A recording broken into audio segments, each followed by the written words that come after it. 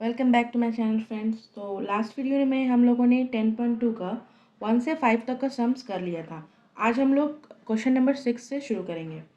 तो आइए सबसे पहले देखते हैं कि क्वेश्चन नंबर 6 में क्या बोल रहा है। There are two motors of 5 HP and 3 HP in a factory. The 5 HP motor requires 20 units of electricity in 8 hours.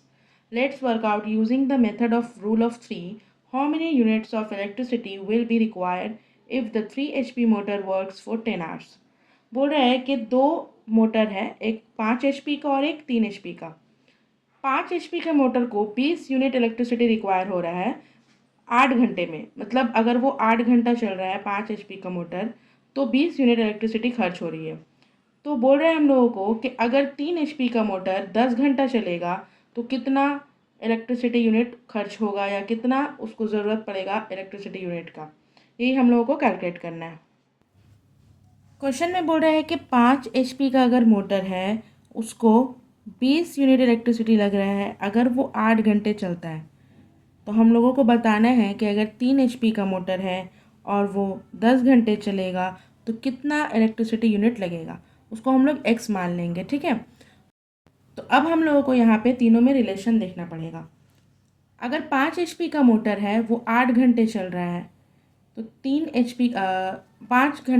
HP का मोटर है उसको 20 यूनिट इलेक्ट्रिसिटी लग रही है तो 3 HP का मोटर जो है वो कम इलेक्ट्रिसिटी यूनिट लेगा। और अगर 8 घंटे चलने पे 20 यूनिट खर्च हो रहा है तो 10 घंटे पे और ज़्यादा होगा। तो ये दोनों ही क्या है, डायरेक्टली प्रोपोर्शनल है। दोनों में रिलेशन क्या है, डायरेक्टली प्रोपोर्शनल। तो हम लोग इस तरह से रिलेशन लिखेंगे यहाँ पे, if HP increases then electricity या then more electricity will consume। मतलब अगर ज़्यादा HP का रहेगा तो ज़्यादा इलेक्ट्रिसिटी कंज्यूम करेगा और कम HP होगा तो कम इलेक्ट्रिसिटी कंज्यूम करेगा।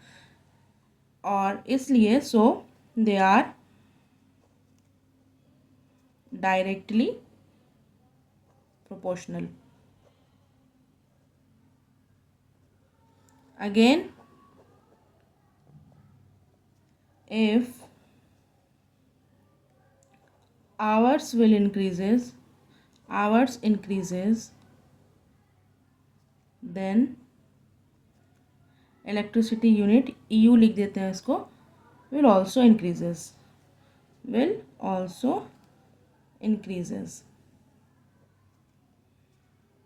they are also directly proportional। Relation यहाँ पर कंप्लीट हो गया है। अब हम लोग इसको सॉल्व कर लेंगे। डायरेक्टली प्रोपोर्शनल है तो हम लोग इस तरह से एरो देते हैं। ठीक है, यहाँ पे लिखेंगे therefore x equals to 3/5 into 10/8 into 20। 5 1 ज़ा 5 2 ज़ा 10, 2 1 ज़ा 2 4 ज़ा 8, 4 1 ज़ा 4 4 5 ज़ा 20। डिनोमिनेटर में कुछ भी नहीं है, न्यूमरेटर में 5 है, मल्टीप्लाई 3 है। 5 3 ज़ा 15, मतलब 15 यूनिट्स ऑफ इलेक्ट्रिसिटी। तो यहाँ पे क्या हो जाएगा, 15 units of electricity will require. यही हम लोगों का आंसर हो गया। क्वेश्चन नंबर 7 में बोल रहा है, in a loom at Gopal Nagar 14 weavers can weave 210 sarees in 12 days. The workshop got an order to supply 300 sarees within 10 days during the puja. Let's work out using the method of rule of 3 how many extra weavers have to be employed to complete the work in time. बोल रहे हैं क्या कि एक गोपाल नगर में एक loom है, कारखाना है, जहाँ पे 14 साड़ी बनाने वाले जो है 14 वेबर्स जो है 210 साड़ियाँ बनाते हैं 12 दिनों में। लेकिन उन लोगों को अभी एक ऑर्डर मिला है 300 साड़ियों का, वो भी 10 दिनों के अंदर कंप्लीट करके देना है। तो हम लोगों को रूल ऑफ 3 मेथड से ये बताना है कि कितना एक्स्ट्रा वेबर्स और लगेंगे ऑर्डर टाइम पे कंप्लीट करने के लिए। तो आइए इसको सॉल्व करते हैं। यहाँ पे दिया है कि 14 वेबर्स 210 साड़ियाँ बनाते हैं 12 दिनों में। हम लोगों को बताना है कि अगर 300 साड़ी बनाना हो वो भी 10 दिनों के अंदर तो कितने वेबर्स लगेंगे। ठीक है, तो सबसे पहले हम लोग रिलेशन देखेंगे किस तरह से हो रहा है। यहाँ पे लिखेंगे रिलेशन। अगर 210 साड़ी बनाने के लिए 14 वेबर्स की ज़रूरत पड़ रही है तो 300 साड़ियों के लिए ज़्यादा और चाहिए हम लोगों को वेबर। तो ये क्या हो रहा है, इस क्वांटिटी के बढ़ने से ये भी बढ़ जा रहा है। तो इन दोनों में क्या रिलेशन होगा, डायरेक्टली प्रोपोर्शनल। तो इस तरह से हम लोग एरो देंगे। अब अगर 12 दिनों में 14 वेबर जो है 12 दिनों में काम को कंप्लीट करते हैं। अब हम लोगों के पास दिन कम हो गया है, दिन कम हो गया है तो मतलब ज़्यादा लोग लगेंगे, ज़्यादा वेबर लगेंगे। तो इन दोनों में जो रिलेशन है वो है इन्वर्सली प्रोपोर्शनल। ज़्यादा दिन होंगे तो वेबर कम लगेंगे, दिन कम हो गया तो वेबर ज़्यादा लगेंगे, इसलिए ये इन्वर्सली प्रोपोर्शनल हो गया। तो हम लोग क्या लिखेंगे यहाँ पे, if number of weber increases then if number of Weber increases then days will decreases। या इसको इस तरह से बोल सकते हैं कि अगर दिन कम हो रहा है डेज विल डिक्रीजेज या days decreases then number of weaver will increases. ठीक है, तो सो दे आर इनवर्सली या indirectly proportional. Again, if number of sarees increases then it will require more Weber's. मतलब अगर ज़्यादा साड़ी बनाना है हम लोगों को तो ज़्यादा वेबर्स की ज़रूरत पड़ेगी। तो they are directly proportional, they are directly proportional. अब हम लोग इसको कैसे कैलकुलेट करेंगे, लिखेंगे देयरफॉर x इक्वल्स टू, यहाँ से एरो शुरू हो रहा है ना, तो हम लोग इसको लिखेंगे 300/210 इंटू, ये यहाँ से है तो 12/10 इंटू 14। ठीक है, 0 0 0 0 कैंसिल हो गया। ये हो जाएगा 3 1 ज़ा 3, 3 7 ज़ा 21, 7 1 ज़ा 7, 7 2 ज़ा 14। अब यहाँ पे डिनोमिनेटर में कुछ भी नहीं है, न्यूमरेटर में क्या है 12 और 2, दोनों को मल्टीप्लाई कर देंगे, हो जाएगा 12 2 ज़ा 24। तो 24 वेबर्स जो है वो टोटल लगेंगे। हम लोगों को पूछा था एक्स्ट्रा कितने वेबर्स लगेंगे। देखो यहाँ पे ऑलरेडी 14 वेबर्स है जो 210 साड़ियाँ बना देते हैं 12 दिनों में। ठीक है, तो एक्स्ट्रा कैसे पता करेंगे हम लोग, क्या करेंगे, यहाँ पे 24 आया ना, तो यहाँ पे हम लोग लिखेंगे extra weavers equals to 24 minus 14 equals to 10। मतलब हम लोगों को रिक्वायर्ड एक्स्ट्रा वेबर्स यहाँ पे लिख देंगे। कितना एक्स्ट्रा वेबर्स का ज़रूरत पड़ेगा हम लोगों को, 10। यही हम लोगों का आंसर हो जाएगा। क्वेश्चन नंबर 8 में क्या बोल रहा है, a company has got the work of unloading goods from a ship in 10 days। 280 heads of people have been employed for this purpose. After 3 days, it is seen that 1/4 of the work has been completed. Let's work out using the method of rule of 3 how many heads of people are to be engaged to complete the work in time। बोल रहे हैं क्या कि एक company को एक ship से सामान अनलोडिंग करने का काम मिला, मतलब सामान खाली करने का काम मिला है जो कि 10 दिन के अंदर करना है। तो बोल रहे हैं कि 280 हेड्स ऑफ पीपल, मतलब 280 लोगों ने काम को कंप्लीट किया है, 280 लोगों को रखा गया है इस काम को करने के लिए।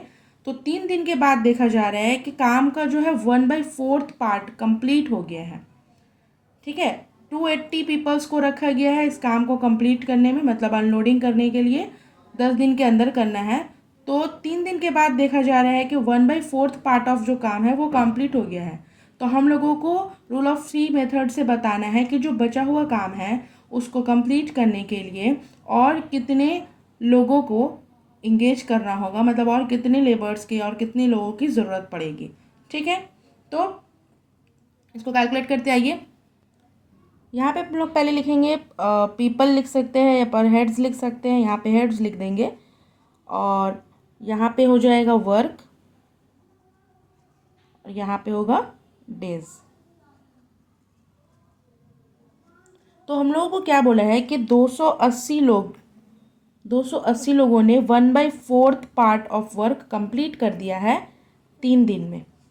ठीक है, तो हम लोगों को बताना है कि जो अब रिमेनिंग वर्क कितना है। मान लेंगे वो जो पूरा काम है वो 1 है और इतना पार्ट हो गया है, उसका 1/4 पार्ट हो गया है, तो उसको सब्ट्रैक्ट कर देंगे तो आ जाएगा यहाँ पे 3/4, मतलब इतना और काम बाकी है। टोटल हम लोगों के पास 10 दिन का टाइम था, 10 दिन में से 3 दिन काम हो चुका है, तो अब बच जाएंगे यहाँ पे 10 - 3 = 7 डेज, मतलब 7 दिनों में 3/4 पार्ट काम को कंप्लीट करने के लिए और कितना हम लोगों को एक्स्ट्रा मजदूर या एक्स्ट्रा लेबर का ज़रूरत पड़ेगा। ठीक है, तो इसको हम लोग x मान लेंगे। अब हम लोग कैसे कैलकुलेट करेंगे, सबसे पहले रिलेशन देखना पड़ेगा हम लोगों को। तो देखिए यहाँ पे अगर 1/4 पार्ट ऑफ वर्क है उसको करने के लिए 280 लेबर्स लग रहे हैं, तो 3/4 ये इससे ज़्यादा है। अगर काम ज़्यादा हो रहा है तो और ज़्यादा मज़दूरों की ज़रूरत पड़ेगी, तो इन दोनों में रिलेशन जो है वो हो जाएगा डायरेक्टली प्रोपोर्शनल।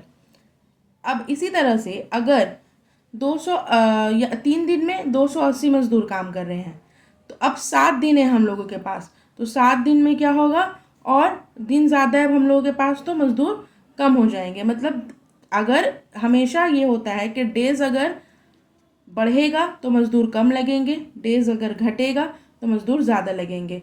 डेज और पीपल लोगों का हमेशा इन्वर्सली प्रोपोर्शनल ही होता है। ठीक है, तो यहाँ पे 3 दिन था तो 280 लोग लग रहे थे, अब 7 दिन है तो लोग कम लगेंगे।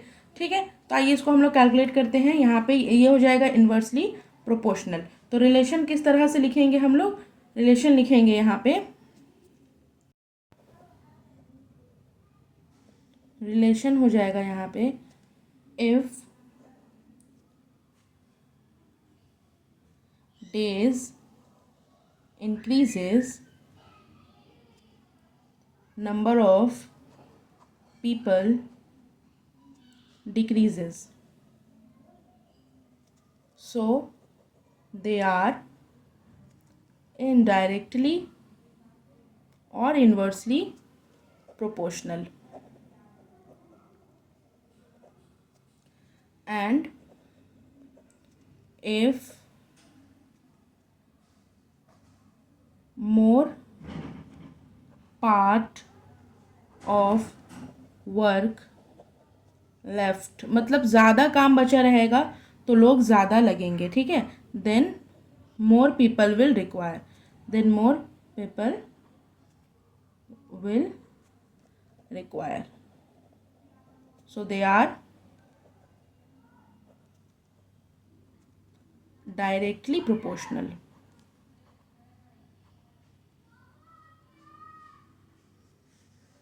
अब इसको हम लोग सॉल्व करेंगे। x =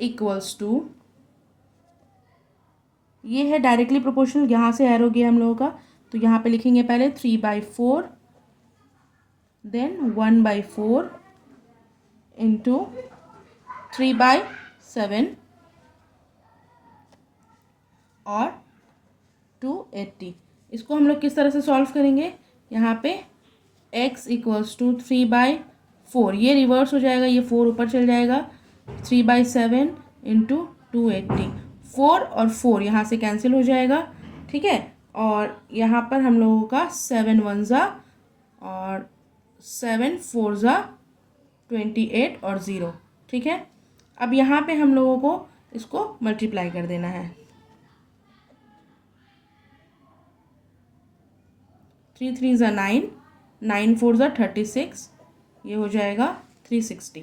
तो ये जो 360 है ये टोटल है, हम लोगों को बोल रहे हैं कि इतना ज़्यादा लोग और लगेंगे।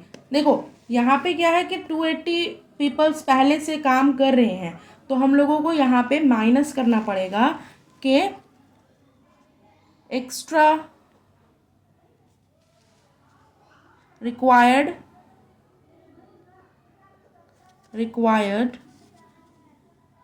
extra people equals to 360 minus 280 equals to 80%।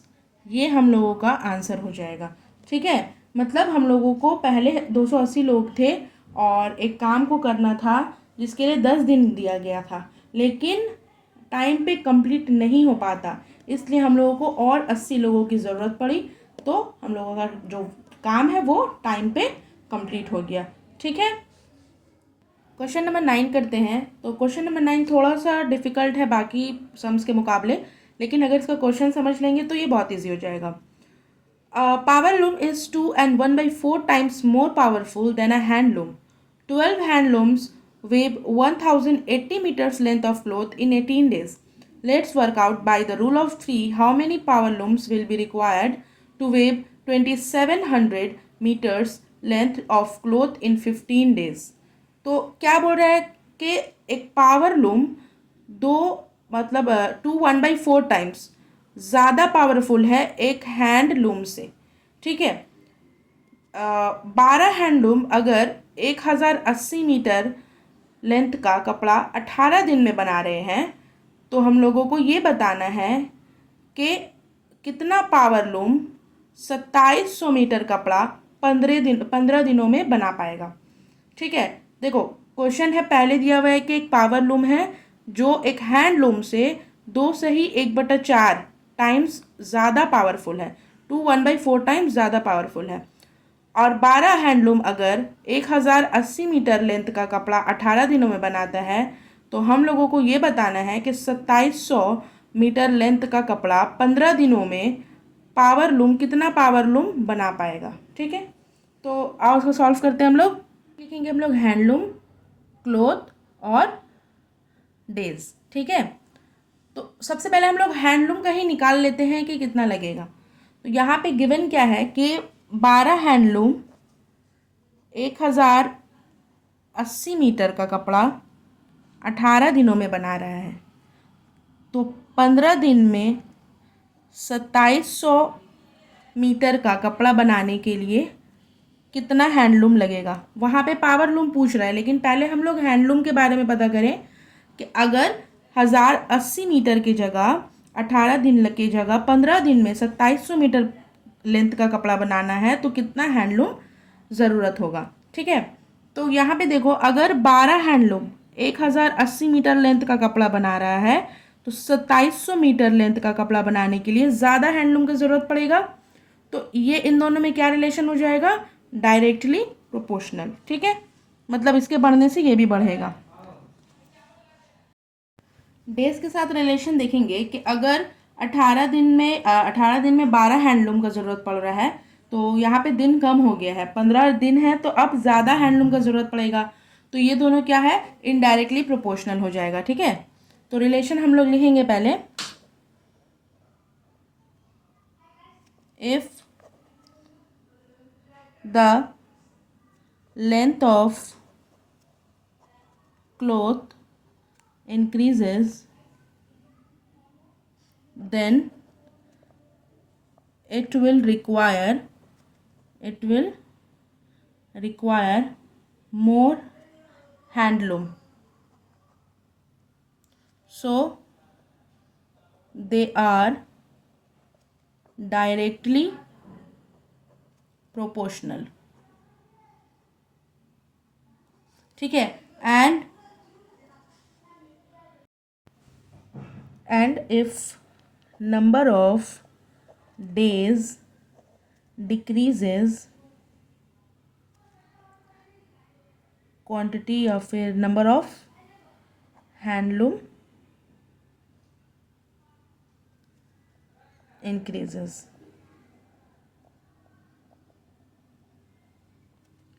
So they are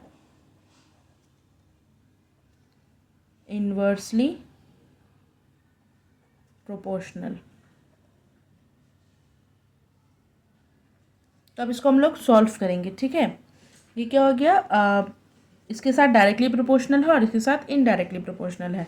तो हम लोग लिखेंगे यहाँ पे therefore x equals to 2700 by 1080 into 18/15 into 12। ये हम लोग पहले भी पता है कि हम लोग किस तरह से लिखते हैं, जहाँ से एरो शुरू है उसको ऊपर लिखो, बाकी नीचे लिखो, ठीक है। और x के साथ जो होता है वो ऊपर रहता है, तो इसको अब हम लोग कैंसिल आउट करेंगे। इसको यहाँ पर 3 के टेबल से भी कर सकते हैं हम लोग। 3 4 ज़ा 12, 3 5 ज़ा 15, ठीक है। ये ज़ीरो कैंसिल हो जाएगा। 4 1 ज़ा 4, 4 2 ज़ा 10, 2 यहाँ कैरी, 28 हो गया। 4 7 ज़ा 28, 27 1 ज़ा 27 1 ज़ा, और ये 0। 5 1 ज़ा 5, 5 2 ज़ा 10। डिनोमिनेटर में कुछ भी नहीं है और यहाँ न्यूमरेटर में 18 है और 2 है। मल्टीप्लाई कर देंगे तो आ जाएगा 36। तो ये तो हम लोगों का हो गया कि इतना ज़्यादा हैंडलूम लगेगा हम लोगों को 2700 मीटर लेंथ का कपड़ा बनाने में और 15 दिनों में, ठीक है। लेकिन हम लोगों को पूछा क्या है, कितना पावर लूम लगेगा। तो और यहाँ पे एक चीज़ क्या दिया हुआ है, हम लोग इस तरह से बनाएंगे कि 2 1/4 हैंडलूम, ठीक है। 2 1/4 हैंडलूम या फिर पावर ऑफ या हाँ इक्वल्स टू 1 पावर लूम। क्या बोल रहा था कि एक, अच्छा क्वेश्चन में क्या दिया हुआ है कि एक पावर लूम जो है वो 2 1/4 टाइम्स ज़्यादा पावरफुल है हैंडलूम से। तो ये दोनों इक्वल कब होगा, जब हम लोग 2 1/4 टाइम्स हैंडलूम, मतलब इसका पावर इतना बढ़ा देंगे तो वो एक पावर लूम के बराबर हो जाएगा, ठीक है। तो इसको अगर सिंप्लीफाई करेंगे, ये हो जाएगा 4 2 ज़ा 8 और 1 9, 9/4 हैंडलूम इक्वल्स टू क्या हो गया, 1 पावर लूम। और अगर हम लोग यहाँ पे 1 हैंडलूम देखें तो ये हो जाएगा, यहाँ पे आके ये उल्टा हो जाता है तो ये हो जाएगा 4/9, ठीक है। 1 handloom equals to 4/9 power loom. और यहाँ पे हम लोगों को कितना आया कि टोटल 36 हैंडलूम लगेगा। तो 36 हैंडलूम इक्वल्स टू क्या हो जाएगा, यहाँ पे 4/9 इंटू 36। 9 1 ज़ा 9, 9 4 ज़ा 36 इक्वल्स टू 4 4 ज़ा 16 पावर लूम्स। इसका मतलब ये है कि 2700 मीटर लेंथ का कपड़ा अगर 15 दिन में बनाना है तो 16 पावर लूम का ज़रूरत पड़ेगा। यही हम लोगों का आंसर हो जाएगा। क्वेश्चन नंबर 10 करते हैं हम लोग। क्या बोल रहे हैं, 2400 bighas of land of a cooperative society can be cultivated by 25 farmers in 36 days. It was seen that half of the land of the society could cultivate in 30 days after purchasing a tractor. Let's work out the power of a tractor equivalent to the number of farmers using the method of rule of 3. तो question बोल रहे हैं कि 2400 बीघा ज़मीन को एक cooperative society cultivate करवा रही है, 25 किसान मिलके कर रहे हैं, 36 दिन लग रहा है। और बोल रहे हैं कि अब हम लोग क्या देख रहे हैं कि आधी ज़मीन जो है वो 30 दिनों में एक ट्रैक्टर कर रहा है। तो हम लोगों को रूल ऑफ 3 यूज़ करके ये बताना है कि जो ट्रैक्टर है कितने मज़दूरों के इक्विवेलेंट है, मतलब कि एक ट्रैक्टर कितने मज़दूरों का काम अकेला कर पा रहा है, ये हम लोगों को बताना है, ठीक है।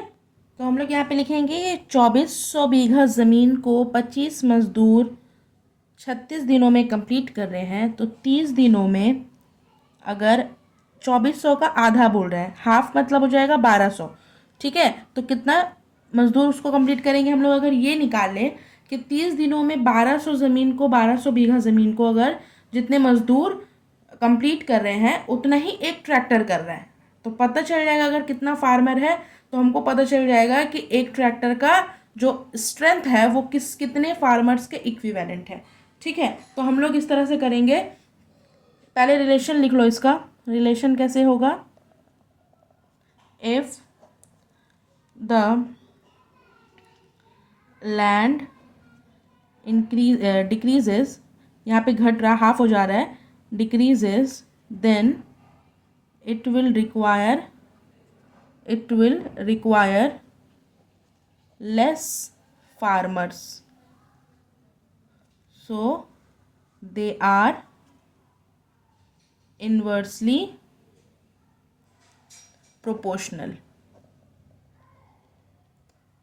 And if number of days decreases, then number of farmers increases.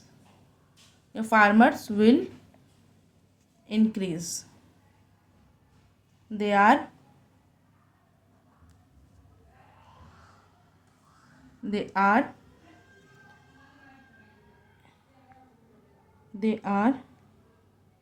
inversely proportional.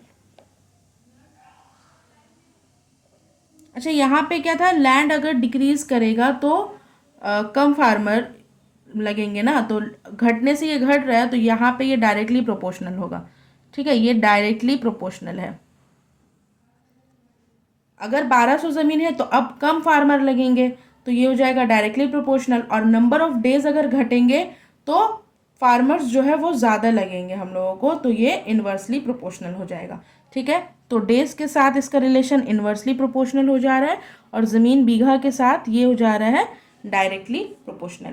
तो इसको आप कैसे सॉल्व करेंगे, हम लोग लिखेंगे देयरफॉर x इक्वल्स टू, यहाँ से 1200 बाई 2400 इंटू 36 बाई 30 इंटू 25।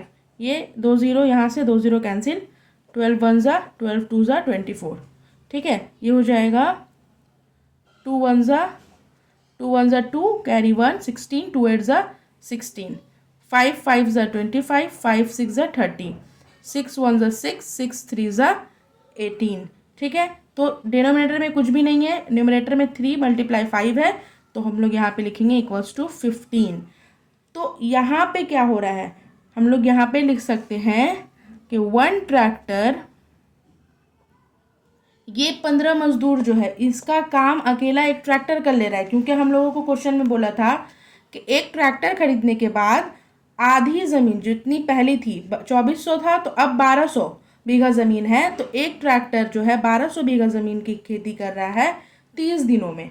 तो यहाँ पे हम लोग लिख देंगे कि 1 ट्रैक्टर इज़, या power of 1 tractor, power of 1 tractor is equivalent to 15 farmers. मतलब जो काम 15 मजदूर करेंगे वही काम एक ट्रैक्टर कर रहा है। ठीक है, तो यही हम लोगों का आंसर हो जाएगा। तो आज यहीं तक रखते हैं हम लोग वीडियो। अगर आपको वीडियो पसंद आया तो लाइक कर दीजिएगा और सब्सक्राइब कर दीजिएगा चैनल, और नोटिफिकेशन ऑन कर दीजिएगा, ताकि आपको अगली वीडियो और दूसरे चैप्टर से रिलेटेड या फिर इस चैप्टर से रिलेटेड आप लोगों को मिल जाएगी। Thank you.